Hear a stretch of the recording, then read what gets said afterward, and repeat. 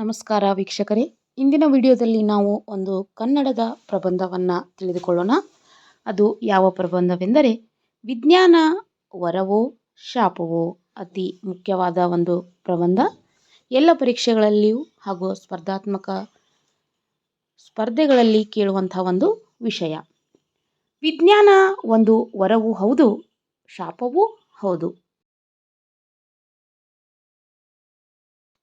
ಅದರಿಂದ ಆಗುವ ಪ್ರಯೋಜನಗಳು ಅಪಾರ, ದುಷ್ಪರಿಣಾಮಗಳು ಅಪಾರ.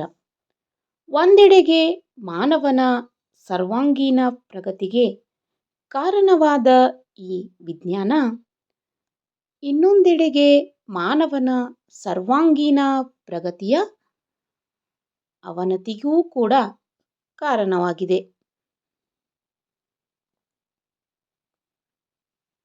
ಆದ್ದರಿಂದ ಮೊದಲು ವಿಜ್ಞಾನ ವರವಾಗಿ ಪರಿಣಮಿಸಿದ್ದನ್ನು ಅಥವಾ ಅದರ ಮಹತ್ವ, ಪ್ರಯೋಜನ, ಪರಿಣಾಮಗಳನ್ನು ತೆಗೆದುಕೊಂಡು ಅನಂತರ ಅದರ ದುಷ್ಪರಿಣಾಮಗಳನ್ನು ನಾವು ತಿಳಿದುಕೊಳ್ಳಬಹುದು.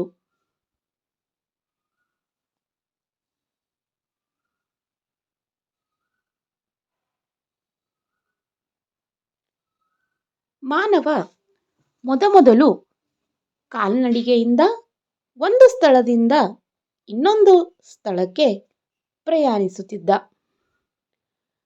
ವಿಜ್ಞಾನದ ಸಹಾಯದಿಂದ ಈಗ ಬಸ್ಸು, ಕಾರು, ಲಾರಿ, ಟ್ರ್ಯಾಕ್ಟರ್, ವಿಮಾನ ಮೊದಲಾದ ವಾಹನಗಳ ಓಡಾಟ ಪ್ರಾರಂಭವಾದಾಗ ಸಂಚಾರಿ ವ್ಯವಸ್ಥೆಯಲ್ಲಿ ಒಂದು ದೊಡ್ಡ ಕ್ರಾಂತಿಯೇ ಆಯಿತು.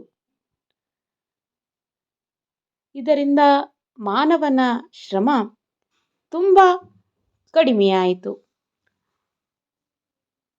ಇಂದು ಮಾನವ ಪ್ರಪಂಚದ ತುಂಬ ಹಕ್ಕಿಯಂತೆ ಹಾರಾಡಬಲ್ಲ, ಮೀನಿನಂತೆ ಈಜಬಲ್ಲ,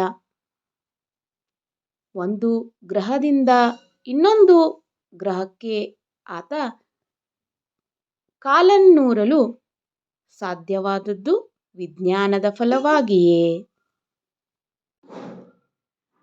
ಆದರೆ ವಿಜ್ಞಾನದಿಂದ ದುಷ್ಪರಿಣಾಮಗಳೂ ಇವೆ.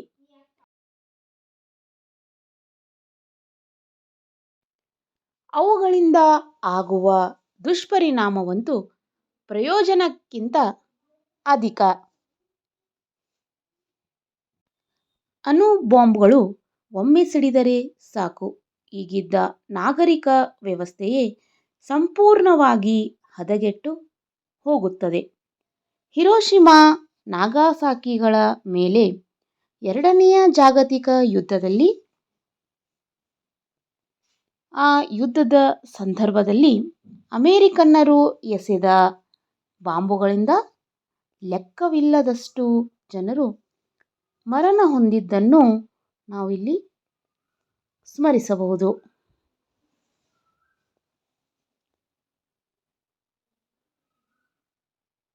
ಈಗಿರುವ ಅಣುಬಾಂಬುಗಳಲ್ಲಿ 20-30% ಅಣುಬಾಂಬ್ಗಳು ಅಸ್ಫೋಟಗೊಂಡರೂ ಸಾಕು, ಭೂಮಿಯ ವಾತಾವರಣ ತುಂಬ ಕಲುಷಿತವಾಗಿ ಅಸ್ತವ್ಯಸ್ತವಾಗುತ್ತದೆ. ಆಗ ಈ ಕಲುಷಿತ ವಾತಾವರಣವನ್ನು ಮತ್ತೆ ಮೊದಲಿನಂತೆಯೇ ತಿಳಿಗೊಳಿಸಬೇಕಾದರೆ ಶತಮಾನಗಳೇ ಬೇಕಾಗುತ್ತದೆ. ಇದನ್ನು ಮನಗಂಡರೆ ವಿಜ್ಞಾನದಿಂದಾಗುವ ಅನಾಹುತ ಎಷ್ಟೆಂಬುದು ಗೊತ್ತಾಗುತ್ತದೆ. ಅಣುಬಾಂಬ್ ಮಾನವನ ನಾಗರಿಕ ವಿನಾಶದ ಹೆಬ್ಬಾಗಿಲು. ಅದು ನಮ್ಮ ವಿನಾಶಕ್ಕೆ ನಾವೇ ತೋಡಿಕೊಂಡಿರುವ ಬಹು ದೊಡ್ಡ ಗೋರಿ.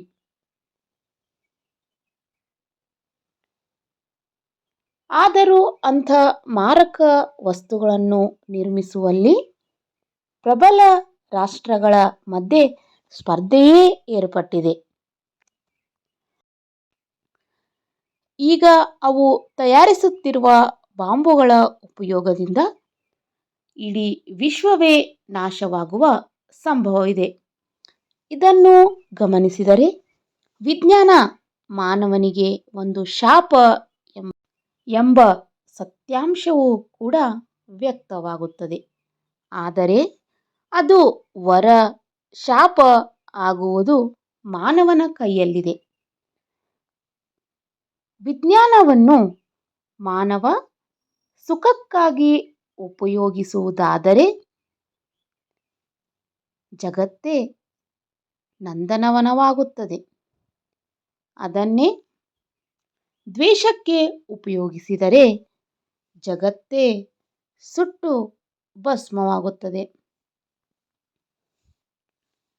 ಆದ್ದರಿಂದಲೇ ಹೇಳುವುದು, ವಿಜ್ಞಾನವನ್ನು ಒಂದು ವರವಾಗಿ ಸ್ವೀಕರಿಸುವುದು ಹಾಗೆಯೇ ಶಾಪವಾಗಿ ಸ್ವೀಕರಿಸುವುದು ನಿಮ್ಮ ಕೈಯಲ್ಲಿದೆ. ಅಂದರೆ ಮಾನವನ ಕೈಯಲ್ಲಿಯೇ ಇದೆ.